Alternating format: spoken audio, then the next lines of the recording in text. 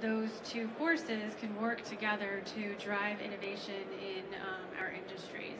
And so I guess I'll give a quick introduction of myself, and then I will give introductions, or I'll let you guys introduce yourselves. I'm Stephanie Bauer Marshall of Sprocket. I'm the managing director, and what we do is we connect enterprises and entrepreneurs. And so we work with our corporate partners like TEGNA, Hearst, Univision, Box, Samsung, Google, Verizon, etc., and understand their pain points. And we go out and look for startups that are going to have an impact on them immediately, right? And so what we look for is that they're at an MVP stage, they're ready to do deals, and they're ready to drive change in the industry.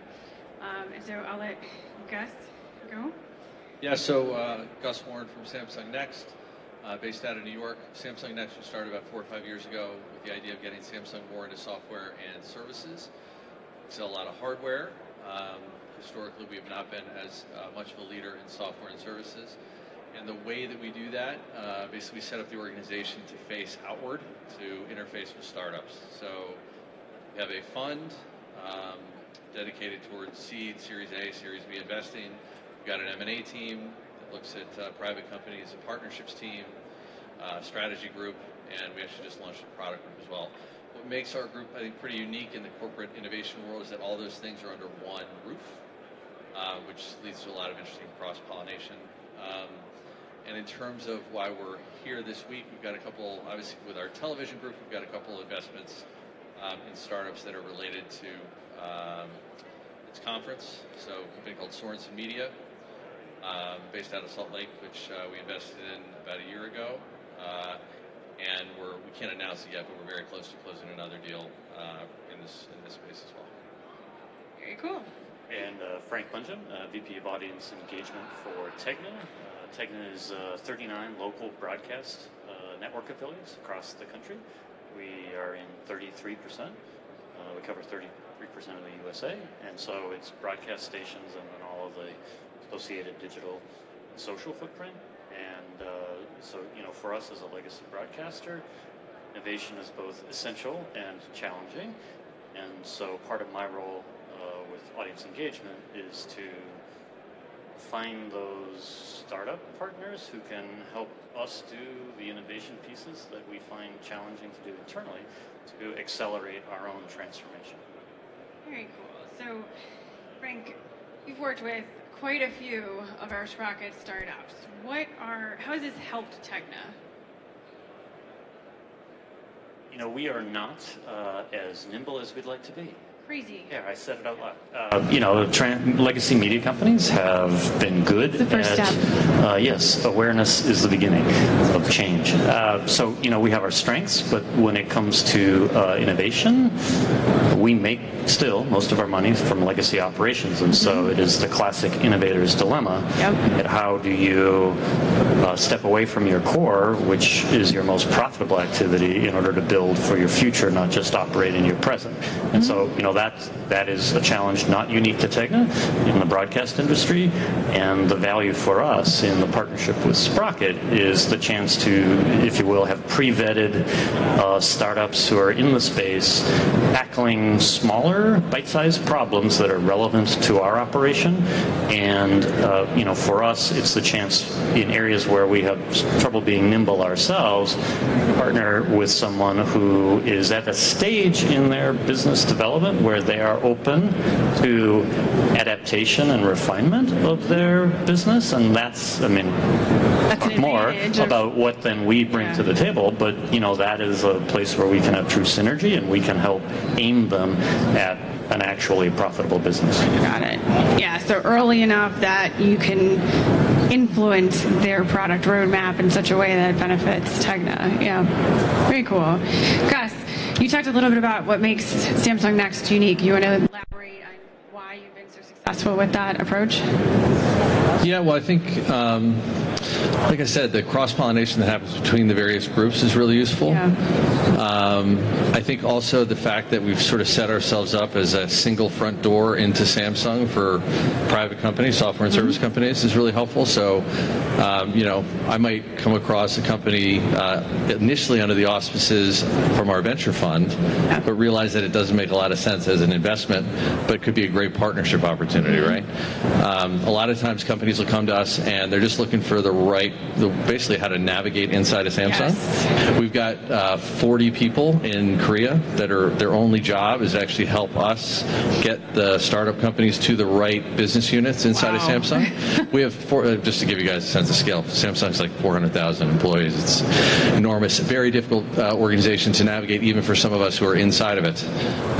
And so we really rely on our colleagues in Seoul and Suwon to help us with that. That's awesome. I worked at Verizon for 10 years, and so I always relied on startups, but it was funny how they would come from different places, and then, I mean, just trying to navigate a large company for a startup is time-consuming and brutal and all that fun stuff.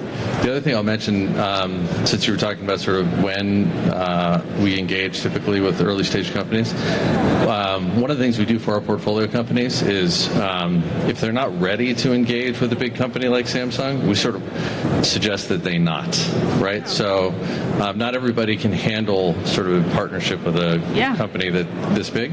Yeah. You can suffocate startups sometimes if they sort of get involved too early. So we're cognizant of that too. That's awesome. Sometimes getting to a no or not yet versus a yeah is a good thing. Yeah, very cool.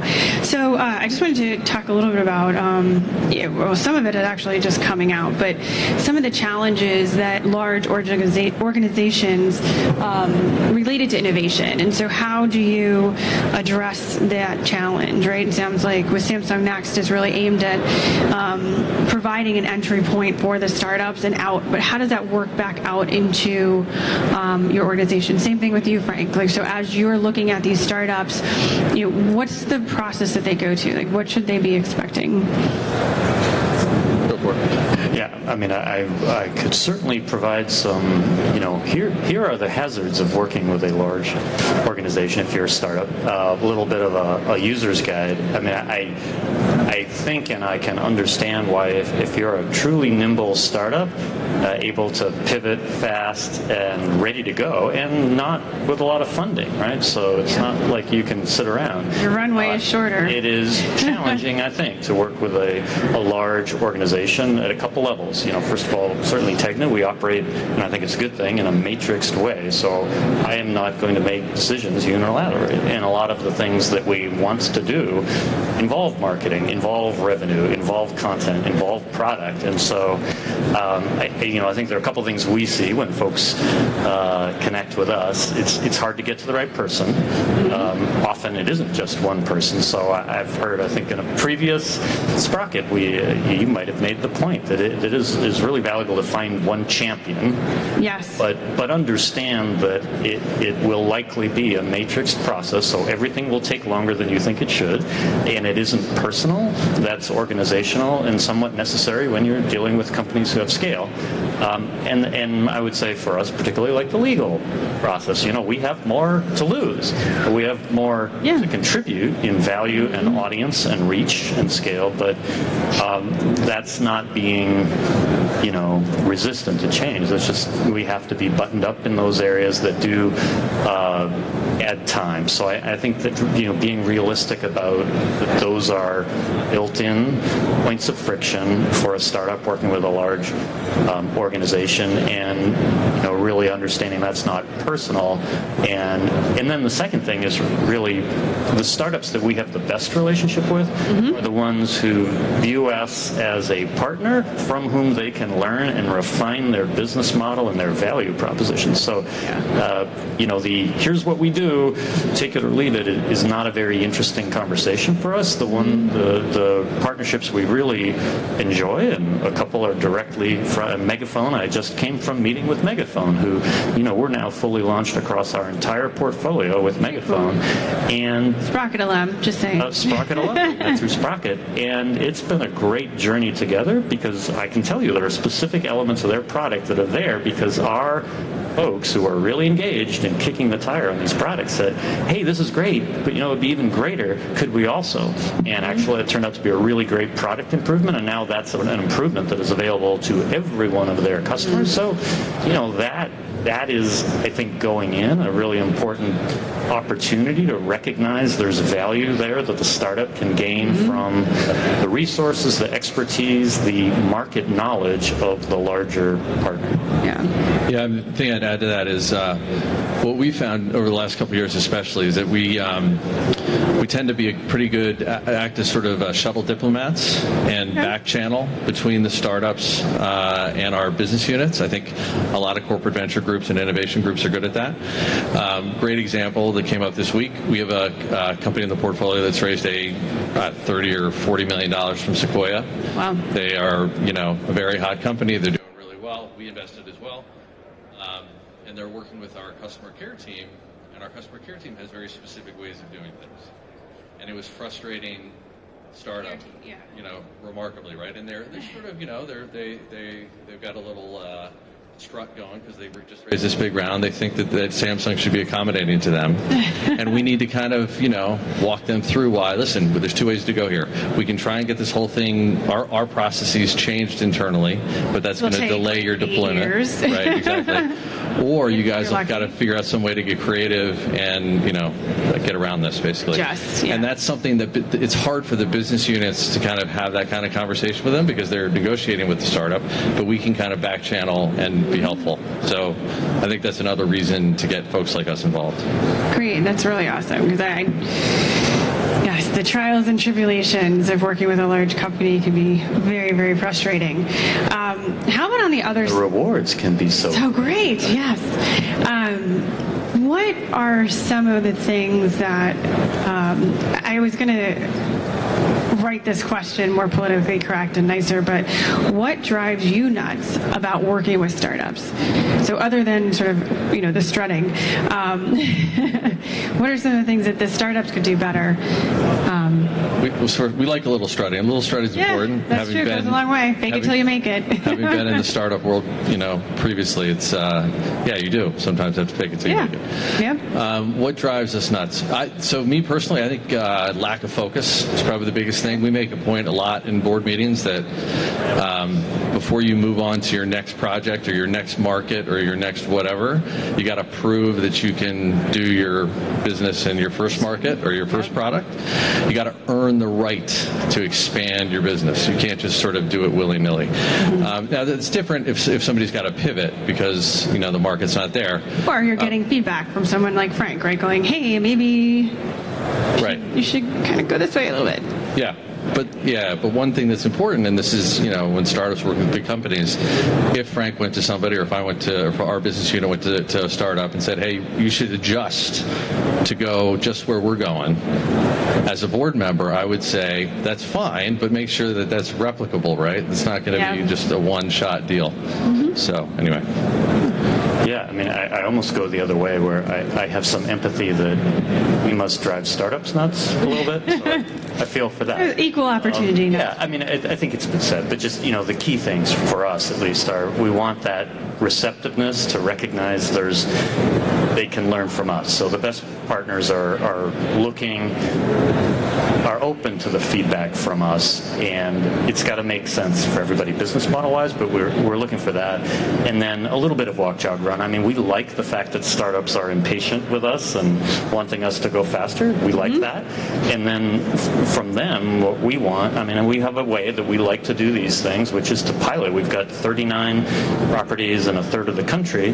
What has worked so well for us is pick a couple of markets that make sense for the vendor and the target audience and the solution, and we pilot in those markets, and that's a walk jog. And we have a number of Sprocket alumni who we've now scaled nationally, but we work through that process for a reason, because we don't know what we don't know till we get it live and in the market, and we follow that process for a reason. We're not trying to slow things down, we're trying to succeed.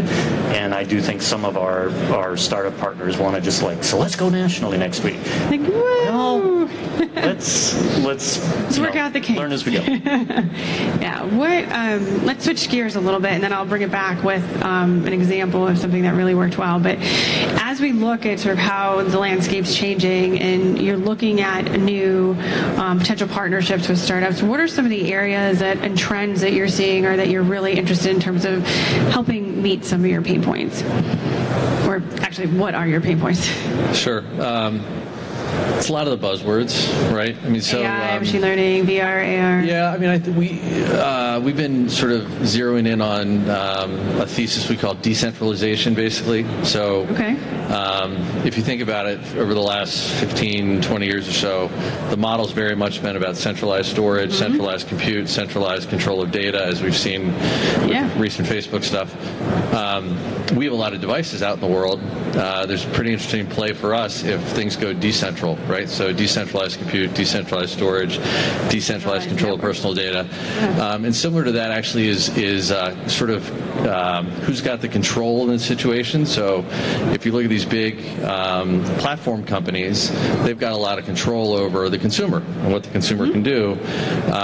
We're looking at solutions that give the consumer more control of their data, their time, their attention, sort of a consumer empowerment element. Okay. So that's sort of how, it's like a wrapper around a lot of things underneath. Blockchain's in there, edge computing's in there, distributed computing's in there, peer-to-peer, things like that. Mesh networks, things like that. Very cool. Yeah, it is the buzzword list, but for us, so we're media company, local. Really, at the end of the day, we're trying to inform our communities. That's our mission. And so the things that are really interesting to us are that intersection of data and automation with humans, and what is the smart combination where 1 + 1 turns into 3. And so, we have a lot of workflows in our newsrooms that are redundant. It's low value use of our original creative storytellers' time. We've got all kinds of examples in the current news cycle of the problems of pure algorithmic, operations, right? So there's a place for humans, I would like to advocate in the future, of news and information.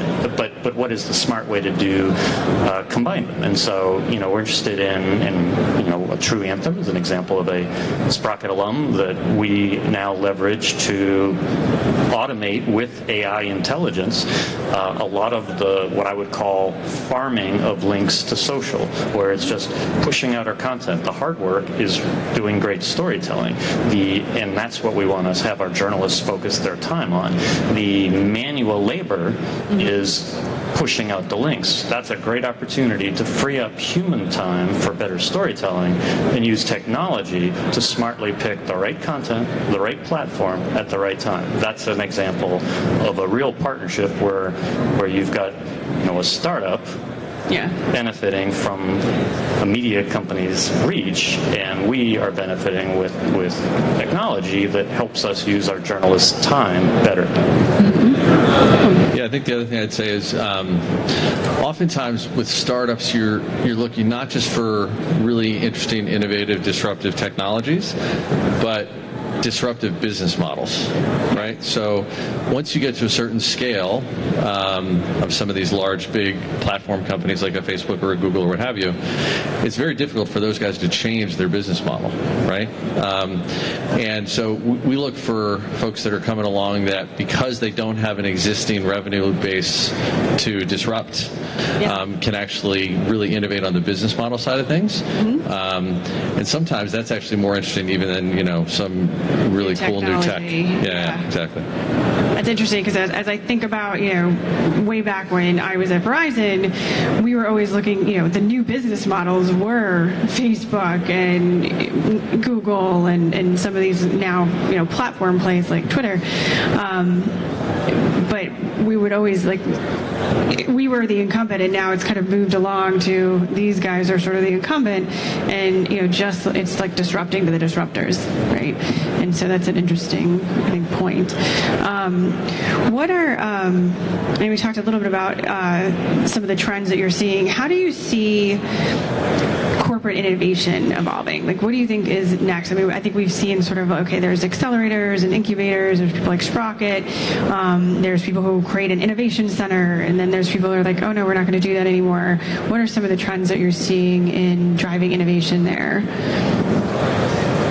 Or where do you see that pendulum swinging? Well, so it's interesting to your point about how even Facebook and Google now are getting disrupted, and they were the disruptors not too long ago. It just speaks to the fact that change is happening so much faster than it ever has before. That frankly, I think any company, any Fortune 1000 company that's not doing something like this is nuts. I mean, and we're starting to. I mean, that is if you look at sort of the pace of venture capital spending, corporate venture capital spending over the last 5-10 years. It's definitely ramping fast. There's more and more groups that are set up with innovation centers, not exactly set up like the way we do, where everything's under one roof, bits and pieces of it. You've got folks like Touchdown Ventures, which you guys work with, who are basically outsourcing the venture program. Yeah, you've got you guys. So there's just a ton of activity out there, and I think, like I said, I think every large company's got to do something like this. Yeah, and I think the thing that we're really experimenting with right now is the quote-unquote easy ways to set up the innovation lab. Mm-hmm. Standalone, black box, cool kids in the corner. We have a business today and audiences today and large audiences on our core legacy platforms. And so, our latest experiment, we have kind of the outsourcing of innovation, right? And then we leverage innovation through partnerships through Sprocket. But the one that I'm working on right now actually is where are the places where we can bake innovation into the day in, day out workflow and not have it be, okay, those are the 4 innovation guys, which I think is a hard problem to solve, but we feel like we have to do a better job of getting those lines to intersect and creating really an integrated process of innovation. So that sounds like a complete culture shift, right? And so, especially with sort of decentralized newsrooms and things like that, what are some of the ways that you're looking at solving for that? Well, segue back to our topic, one of the things I look for in terms of successes we've had with partners is that we literally, some of the partners we've sought out are because their technology will help disrupt us and change our newsroom culture. And so Videolicious is another example of a Sprocket alum that, has been a great, they actually deliver a very simple tool around enabling video capture and editing in your phone, which for reporters has been culturally transformational. And instead of, big bulky gear and tripods and 2 or 3 person crews back in the day, and you work for the newscast, and at the end of the day, maybe you scribble together your web story. Literally, you arrive on the scene, you capture some quick items, and you can mini-cast a digital report in minutes. And so that simple technology generated positive cultural disruption. And so that's been one of the areas where we've really seen benefits from these technology partners, is when the technology itself helps us disrupt the culture in the direction we want to go. Yeah, I'd say also we view part of our responsibility as identifying those technologies that will disrupt current business. We've got an example in our portfolio of a company that basically streams first-person shooter games in VR and AR right from the cloud, and makes it so that you basically have no idea there's any latency at all. It feels like the Xbox is right there. Now, if that's possible, right, then technically you could virtualize an entire device user experience in UX. If that's possible, that's a fundamental threat to sort of our hardware business, right? Yeah. And so exactly. Because then all the value might be in the cloud, right? Yeah. If our devices are nothing more than video decoders. Now, this technology is, it hasn't proven its scale yet and things like that, but those are exactly the sorts of things that our business units are not really paid to be looking for that stuff. They're looking at the next 6, 12, 18 months, and we're looking for the things that could disrupt them 3 years from now. Right. How do you bring that in? So saying, hey, we have this really interesting technology that's going to make these things kind of irrelevant. What do you think? Like, do you get? Right. I bet you don't get any pushback, right? You just let the technology sort of speak for itself. You don't. I try not to take eye-opening. Just think differently. I guess. Sort of advocate for the startup, have them show the demo, and let the business unit sort of recognize what the implications are going to be. And oftentimes, just even knowing that it's out there and it's coming is like, half the value, right? Yeah, it lights a little fire under going, maybe we can just sit here and make really pretty amazing devices. Got it. Very cool. So I think we have a couple more minutes. What's one game-changing example? Like, what's your most successful? I mean, Frank, you had a bunch of examples that you came through, but what's been your most successful startup engagement that you've had in the last couple of years, and why do you think it was so successful? Yeah, I've mentioned a couple, and it's sort of like if you're a parent with more than one kid, you definitely aren't allowed to publicly have a favorite. So trust me, I've been all week. People are asking me like, so who should I go see in here? And I'm like, oh yeah, no, all the startups are amazing. Disclaimer. So you've curated. Videolicious really has helped us disrupt ourselves around digital first video workflow. Megaphone has been a great tool for us to create linear broadcast audience engagement. So I haven't mentioned Tagboard has been just a great long-term partner to us. We literally earlier today, announced the latest iteration of that is a Snapchat Tagboard storytelling. And so what has been great about that Tagboard partnership over the years, again, is the sort of co-learning. Right? That at the very beginning of that journey, we knew disruptively that broadcast and legacy journalists were no longer the agenda setters, that news is a conversation, and the audience is having conversations about news with or without the legacy players. And so we wanted to find ways to be more engaged in the social conversation around news. And again, our core product is still linear live newscasts. And so Tagboard provided the display and curation solution. Tagboard is a curation and visualization of social content for broadcast. And we're actually using them in the Sprocket booth. And we have. I know I have a good technology when, without any direction, our producers are using the tool every single day in every single program. And so that's the level of adoption we have with that tool.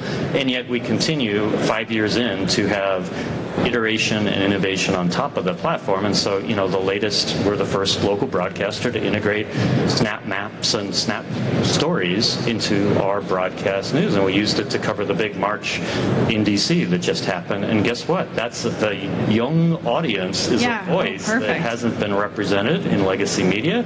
And guess what platform they're on? They're on Snapchat.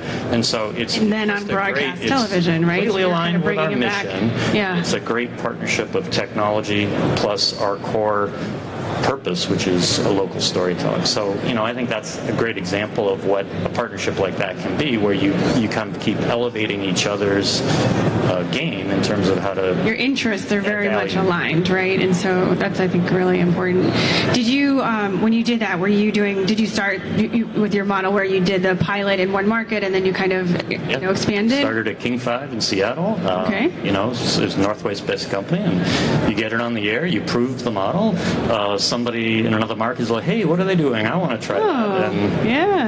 And, but again, on a lot of these, for us, the litmus test is when the adoption is led by the internal stakeholders, you have really solved the pain point that exists within the company. And that's what we're looking for, is what are the internal pain points, or what are the external business opportunities, and where is there a technology partner that can help us solve that faster than we would on our own. Okay. Yeah, and so for our example, I would bring up Sorenson Media, just since it's very relevant to NAB. So what Sorenson does is, for those of you who are familiar with addressable advertising, companies like Visible World and NVIDIA historically have been sort of leading platforms in that space. They work inside the set-top box, so they allow for really targeted linear advertising inside the set-top box. What Sorenson Media does is basically the same sort of thing, but all the addressability and switching of the ads happens inside the TV So for guys like us who own lots of TVs, it's actually really interesting technology. So our TV group brought the company to us a couple years ago when they were just starting to negotiate a commercial arrangement. And we basically got to know the company over the course. Sprocket does three things. It curates, it connects, and it fosters collaboration. About a year into the relationship, there was a complete impasse in the contract, and we really our group played an instrumental role in kind of back channeling again the shuttle diplomacy to kind of get the thing back on track, and now it's on track and cranking again. So that's I like those kind of examples, I guess. Yeah. It's never easy, but getting through it and making it happen is awesome. Does anybody have any questions? We could probably do a couple. Any questions out there? All right. Well, thank you so much for being on our panel. We are actually about to have the Sprocket Awards ceremony in a couple minutes as we transition. So don't go anywhere. You'll see a lot of our really cool startups as voting's over. I was going to say you could vote, but you can't. So the deal is done. So we'll be announcing who our winners are, and we'll see you soon. Thank you, guys.